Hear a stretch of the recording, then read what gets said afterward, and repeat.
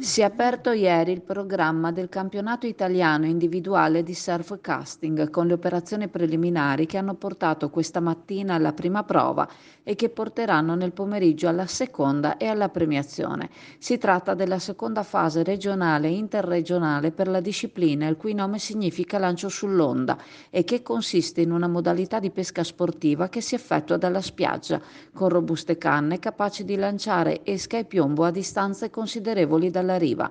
Per organizzare la manifestazione, il Comitato regionale Veneto si è avvalso della sezione provinciale di Venezia e dell'Associazione Sportiva Venezia Surf Casting. Alla selezione sono stati ammessi 40 atleti provenienti dalle sezioni FIPSAS, Federazione Italiana Pesca Sportiva, Attività Subacquee e Nuoto Pinnato, di Ravenna, Treviso e Venezia. Il campo di gara sarà per entrambe le prove la spiaggia di Sottomarina, con inizio della competizione la mattina alle 8:30 e il pomeriggio alle 17. Le premiazioni si dovrebbero svolgere attorno alla mezzanotte.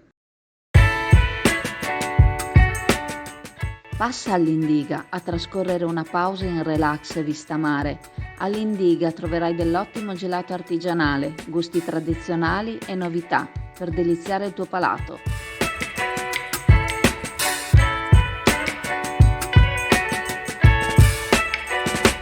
Indiga a Sottomarina ti aspetta.